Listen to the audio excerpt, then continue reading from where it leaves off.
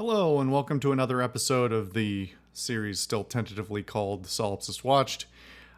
I am the Social Solipsist, and I just finished watching 2014's Jack Ryan Shadow Recruit. Why would I watch this, you ask? Well, as is going to be probably a growing trend with this series, everything has to come with substantial context ahead of time. So, to start off, Jack Ryan. Jack Ryan is a character written by Tom Clancy, who wrote a number of books surrounding this character. The first movie adaptation was The Hunt for Red October in 1990. For a long time, that was the only one I had seen. I think it's a magnificent film. I have basically watched it once a year since the first time I saw it, which was probably a decade ago. At least once a year. Sometimes just go back and watch scenes and end up watching the whole thing anyway, because it's just a fantastic film. Jack Ryan is played by Alec Baldwin. I don't know why I'm explaining this. If you haven't already watched it, please just go watch The Hunt for Red October, because it's a great film. Jack Ryan is played by Alec Baldwin. He plays just an incredible character. He's got nuance and charisma and weakness, and he's clever but not overly so. It's a really well-balanced film, and it's got Sean Connery as a Russian, so how could you not love it? Anyway, so I have loved that movie for a long time. And I decided that eventually I should probably get around to watching the other films in the series. This culminated a couple of years ago now, I guess, when Amazon, I believe it's Amazon, started up their Jack Ryan TV series, where they cast John Krasinski in the role. And I thought that was going to be terrible, but apparently it's not. So, in the interest of seeing all the history before I get into the series, I went through and watched all these films. So, I was looking at my media server the other day and realizing just how long it's been since I watched pretty much any movies, because I literally have watched 5 films in the past year, and 3 of them were in the past month. And prior to that, the last one I watched was The Sum of All Fears. So, let me back up again for a second. After The Hunt for Red October, they recast Jack Ryan in Patriot Games and Clear and Present Danger, and he was played by Harrison Ford. I think both of those are much weaker movies. I don't think Harrison Ford is particularly charismatic, but he's a darn sight better than some of the things that would follow, which would be The Sum of All Fears, where they cast Ben Affleck as a just charisma-less Jack Ryan who just has the world happen to him and the most absurd plots that are treated with none of the weight that they deserve. It's insulting, frankly. So, despite my feelings on those films, they all did quite well, I believe. Jack Ryan Shadow Recruit, they decided to reboot it again with young Jack Ryan. This time casting Chris Pine as Jack Ryan. I have feelings about Chris Pine, which basically amount to I don't think he's a particularly talented actor, nor particularly charismatic on-screen presence. But as with most things, I try to reserve my judgments, because there's a lot to be said for a good actor being given a bad script or a whole lot of bad scripts and never getting to show their talents. So I truly went into this without a lot of prejudgment. However, I was aware of its reputation, which is that it's relatively mediocre. Before we get into the film itself, I need to backtrack again. Bear with me here. This movie is directed by Kenneth Branagh. some of you may be familiar with Kenneth Branagh, or at least probably are familiar with his work. Kenneth Branagh directed the first Thor movie.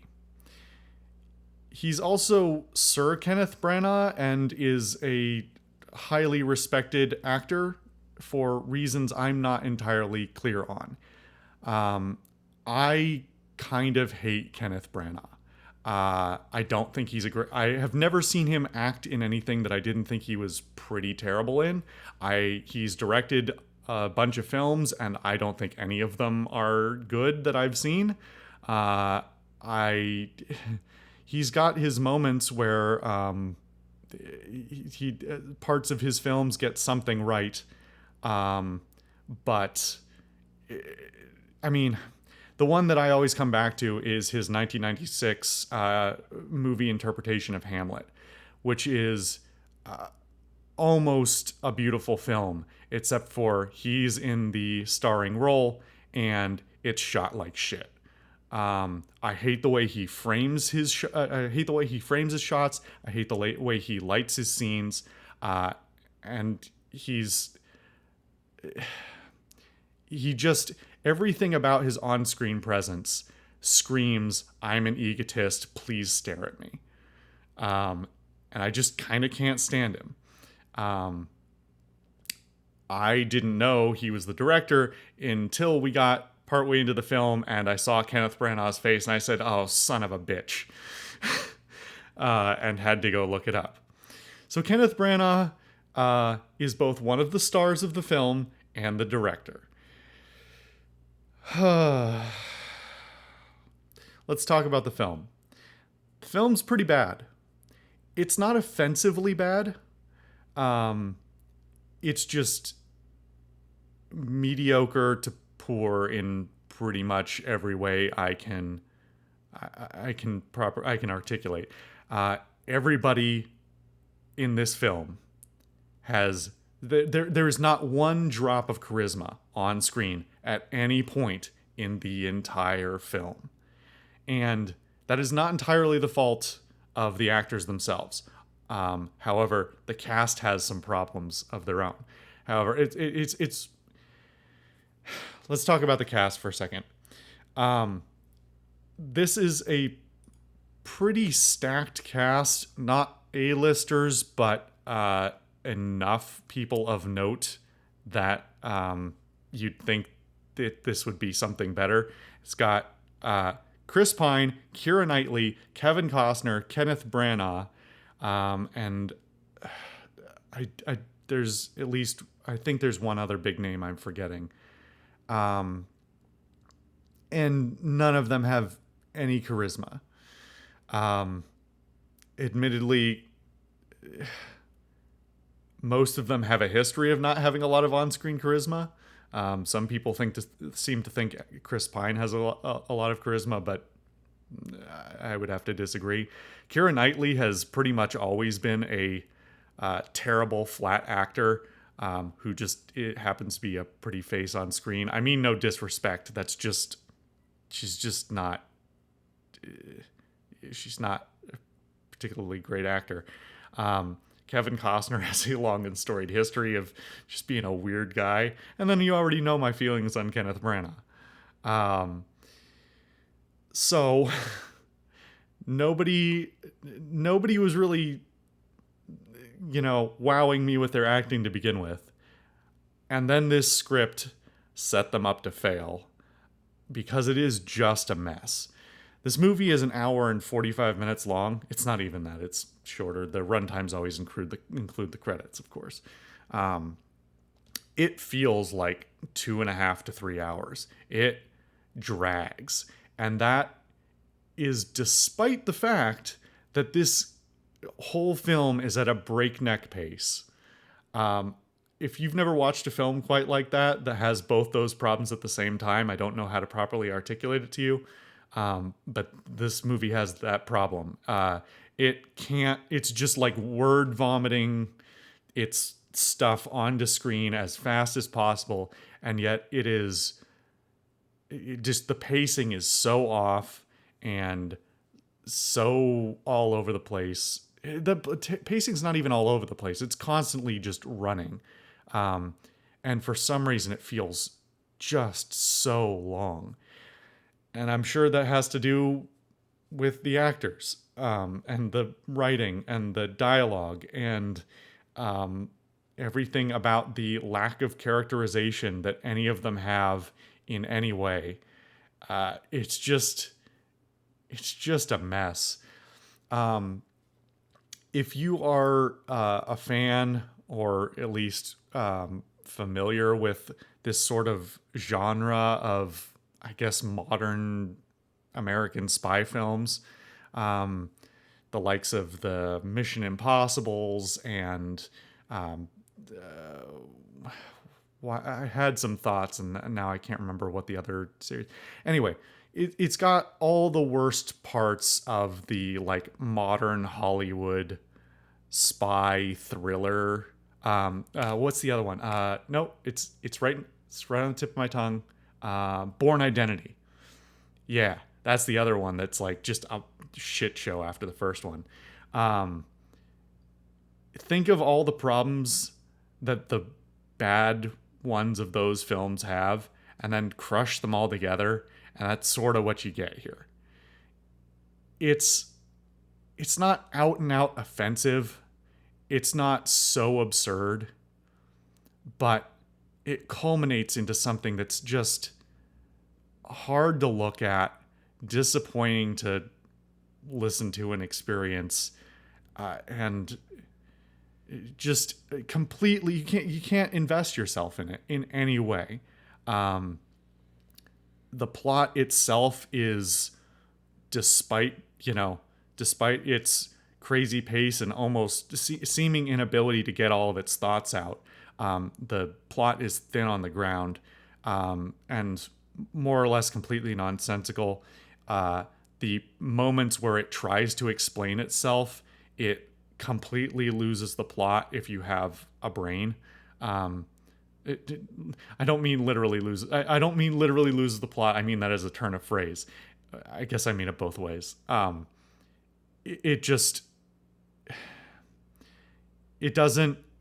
It thinks it's being clever, but the plot makes no sense. The motivations make no sense. The executions of the plans of the different factions make no sense. And it tries that thing where it's pretending to be clever, but then it's dumbing down its own cleverness for you. And if it doesn't take an intellectual to go, no, do this, tell me the smart thing, because that sounded really dumb and I was understanding what you were saying and it was wrong. It's just a mess. I don't know why they made this film. I have to imagine it's had something to do with the length of time it's been since Sum of All Fears, which I believe was in the early 2000s. Funny enough, that's getting into spoilers, and I want to avoid that. No, I guess it's not. Plot spoilers for the Sum of All Fears for the next 15 seconds. In the Sum of All Fears, they nuke there's like new Nazi party who tries to nuke Baltimore, and they do successfully, and then they just brush it off for some reason, like it's not a big deal. That movie was made not that long after 9/11. This film opens by couching itself in the 9/11 narrative. That, like, this is literally the first 10 minutes of the film. I'm not spoiling anything, I promise. Where Jack Ryan wakes up from a nap, looks at the TV, sees that 9/11 has happened, joins the army, gets blown out of a helicopter, and then the movie starts. It's believe it or not, it is more absurd than I just like. It's more absurd than what I just described. It is so weird and so atonal, and the fact that it leverages the 9/11 narrative and the Iraq War as plot points is not inherently tasteless, but it's done so poorly that it's like, really? You could have just skipped this whole setup. But I guess that is the new background for the current Jack Ryan, is that he's a Iraq war vet. I don't know why. I it makes no sense. Um yeah, there are no stakes at any point in this film. They scream things, and there are threats, and the overarching story has a theoretically very high risk factor, but I don't know how anybody could be tricked into believing it. It's not believable, and you don't feel it through any of the characters, and they don't express any sort of genuine emotions. Meanwhile, everything that that Chris Pine, I'm not even gonna call him Jack Ryan, I can't. Everything that Chris Pine does is basically done for him. It's the usual, 2010s action movie thing of everything is computers. Just slap your hands on keyboards and then throw some punches, and then we'll move to the next scene. Uh, it's totally absurd. And possibly the most offensive thing is that this is supposed to be a Jack Ryan film, and yet Jack Ryan is so mischaracterized, even under when being performed by the lesser Ryans, in my mind, those being Harrison Ford and Ben Affleck. They still kept, even if they were acted more poorly, they still kept a lot of the core like fundamentals of his backstory and who he is as a character and what he likes and what he doesn't like and what he's uncomfortable with. Meanwhile, unsurprisingly, for the era that this came out with in, and the person who's playing it, Chris Pine just goes from saying, "Oh no, but I'm an analyst," to killing people, and he's just a fist fighty badass because that's all we can watch anymore, apparently. I'm starting to stray off into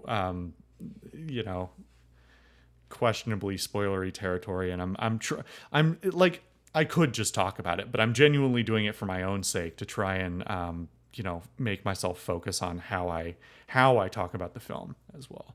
So yeah, this movie's a mess. If you were like 3 drinks deep and just wanted some stupid action movie to put on, I'd say you could put this on and it'd be less offensive than Bourne Ultimatum, but only just barely. That's really like my final judgment is it could technically be worse, but come on. Anyway, thank you guys for listening to or watching another fuck. I've totally fucked it up. Now I look like an idiot. Thank you for watching another episode of this. I hope you are getting something out of it, and I hope it's entertaining in some respect.